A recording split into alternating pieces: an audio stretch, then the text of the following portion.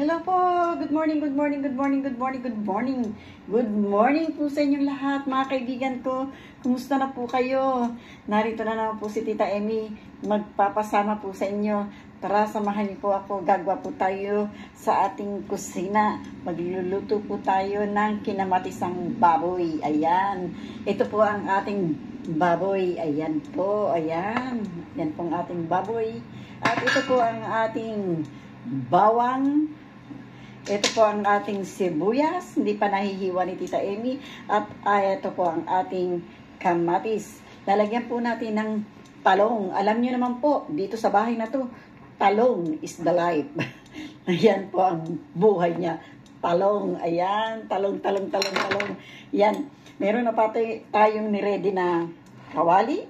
Ayan, o kasirola. Ready po natin yan. Atin po ng saliri. Para pong ay.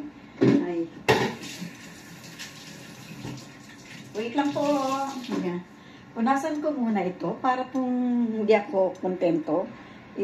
Para pong may dulas ng konti. Ating pong alisin kahit may apoy na. May apoy na. Meron na pong ayan. Para pong pakiramdam ko yung dumudulas itong aking lutuan. Ayan. Lagay po natin ng maigi. Para po yung aking lutuan ay hindi dumulas. Ayan.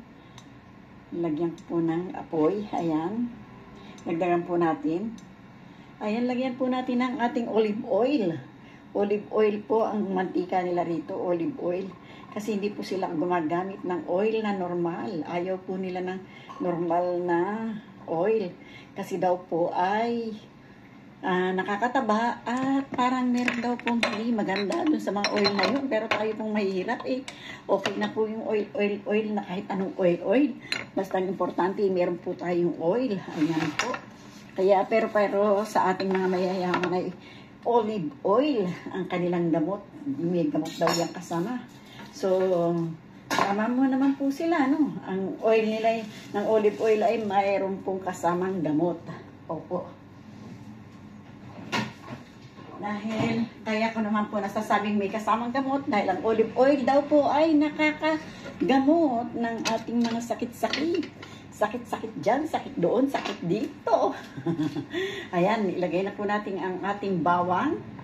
Ayan. Kasi kanina ko pa po sinalang itong ating kawal para po siya ay uminit. Ayan. Kaya madali lang po siyang yung ating bawang. Ayan. Habang hihiwain ko po yung ating sibuyas, ilapag ko na po ito at nadulas. Ayan po. Hiwain ko na po itong ating sibuyas. Ayan. Hindi ko po alam kung anong ipapakain ko dun sa dalawa. Kasi itong talong ay para lamang dun sa isa. Palagay ko po lalagyan ko ng kanin yung dalawa. Kasi tatlo po silang kakain ngayong araw na to. So, ang dalawa, lalagyan natin ng rice. Ang isa ay itong eggplant na ating ilalagay. Ayan, sana po ay maging masarap itong ating niluluto. Prayin na naman si Tita Emmy. Ayan.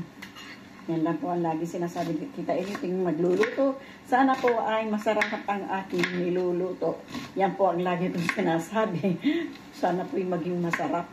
Kasi po parang masaya pakiramdaman kung ang kinakain mo ay inuubos nila at sinasabing, oh, Emmy, ang sarap. O, di po ba? Nakakataba ng puso. Yun po ang lagi ko sinasabi.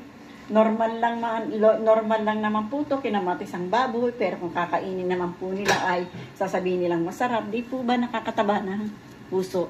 Hindi yung nagluto ka tapos sisimangutan lang nila yung pagkain mo, pipiliin lang nilang ubusin. Hindi po maganda. Di po ba? Ayan. Ayan. Ganun pa rin. Kahit po nagkaroon na sila ng bakasyon, hindi pa rin sila nagbili ng ingredient natin dito. Paminta. Ay, nako. Ayan, sibuyas. Ayan. Paminta, sibuyas, Tita Emmy. Ayan, karaman dyan. Isuke, pimenton. Ayan. ito pa ang ating ilalagay. Lagay yan po natin yan dyan. Oh, medyo nag-brown na po yung ating bawang. Nagdadaldal na ng sitin. Lagyan na po natin itong sibuyas natin dito. Ayan. Sibuyas is light. O eggplant is light. Talong is light. Ayan. Sarap-sarap naman. Kitain. Sana po'y maging masarap ang aking niluluto. Lagi po sinasabi yan pag nagluluto ako. Sana po'y maging masarap ang aking niluluto. Para naman po sila'y ginaganahan kumain. Ayan. Gasan ko po yung aking lang talong. Gasan ko po itong kamatis. Kamatis ka dyan. Tita Amy.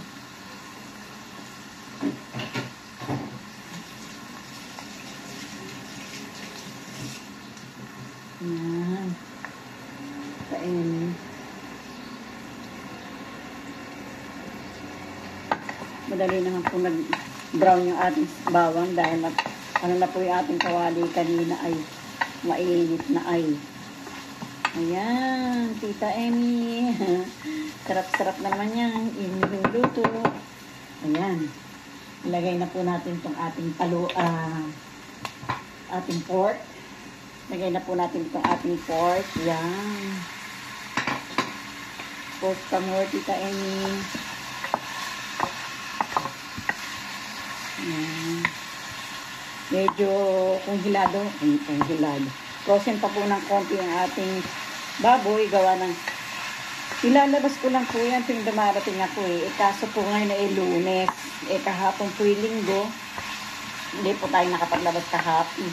Dahil wala po tayo dito pasok ng Sabado at Linggo. So, pasok natin ngayon Lunes ay mga frozen po ang kanilang pagkain. So, ito lang ang maglalabas.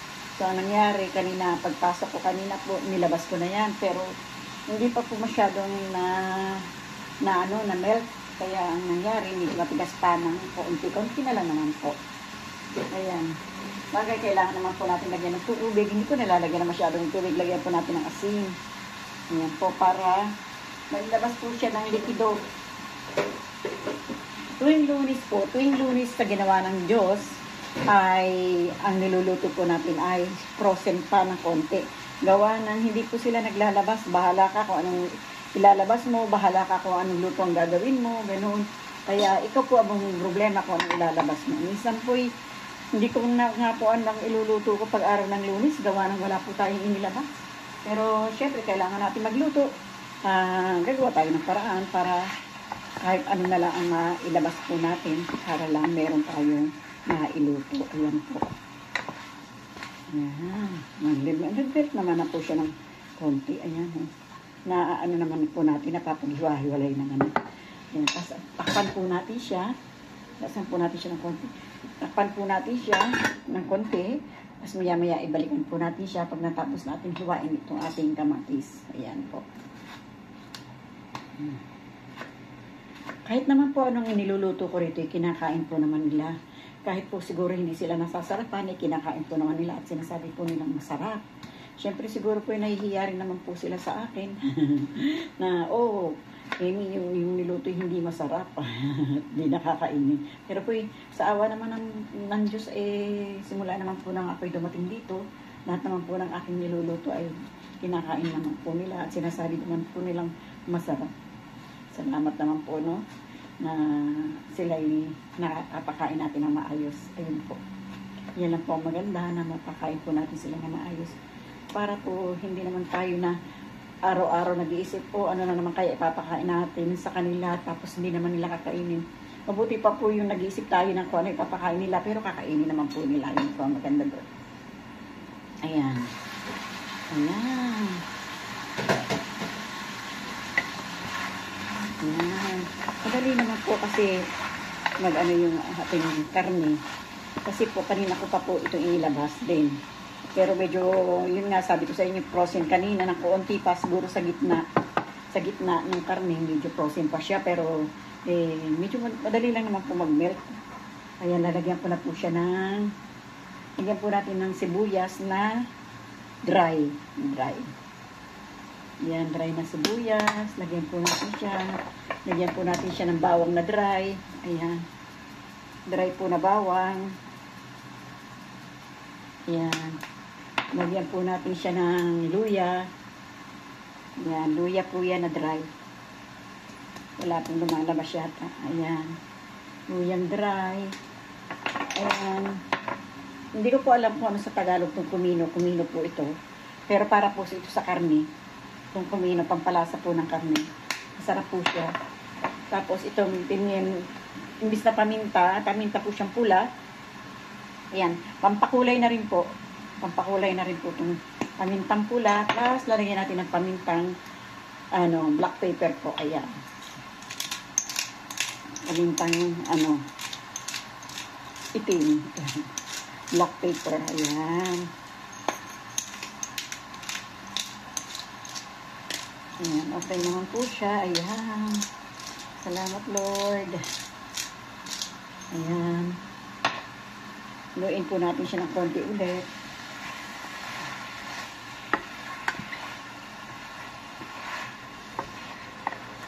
Ayan po ang ating pagkain ngayong araw na to. Ayan. Ayan. Sarap po ng amoy. Ng amoy po niya ang sarap. Lagay ko na po itong kamatis na ay, lumakas po yung apoy. Bigla pong lumakas yung apoy. Lalagyan ko na po itong kamatis na sinasabing kinamatisan po yung baboy. Kinamatisang baboy. Ayan po. Para tumubig din po itong kamatis. Pampatubig din po yan. Ayan. Ayan, sarap po na. Ang sarap na po ng amoy.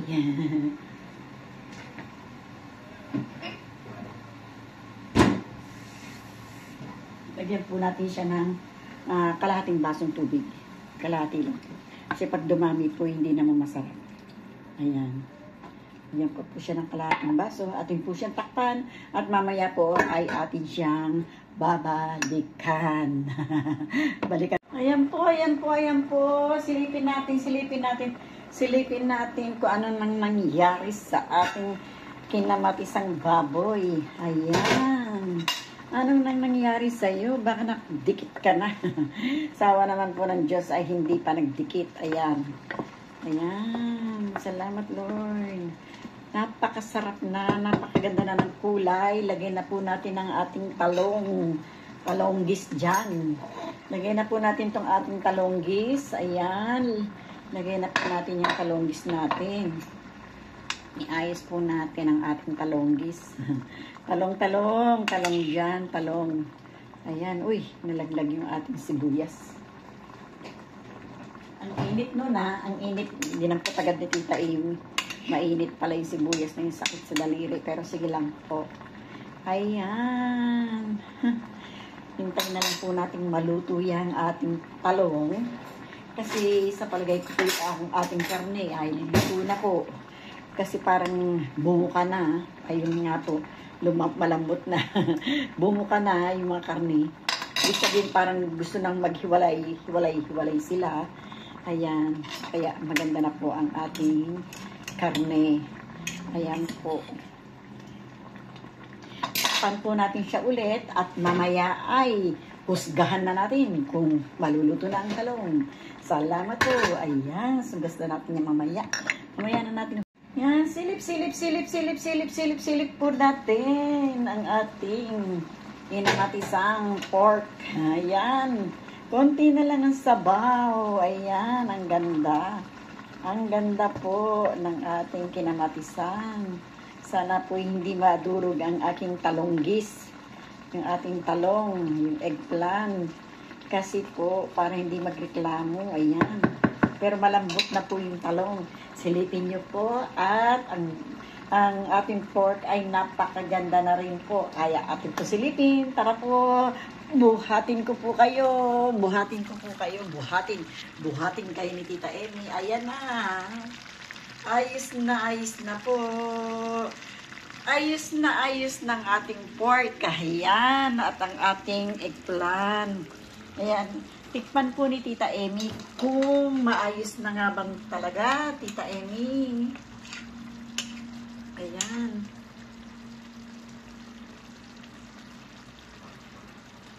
Napakainit pero napakasarap. Ang init at ang sarap.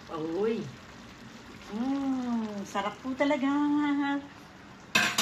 Tamang-tama lang po yung timpla sa paminta at sa lahat ng ating inilagay. Kaya, bueno, mga kaibigan ni Tita Emmy, mga kapinoy-pinay, mga amigo-amiga, salamat at salamat po sa inyong lahat.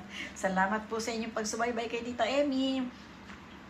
Sana po'y patuloy niyo po akong subaybayan sa aking po mga manonood. Hiling ko lang po, sana pakipindot na rin po ang bell.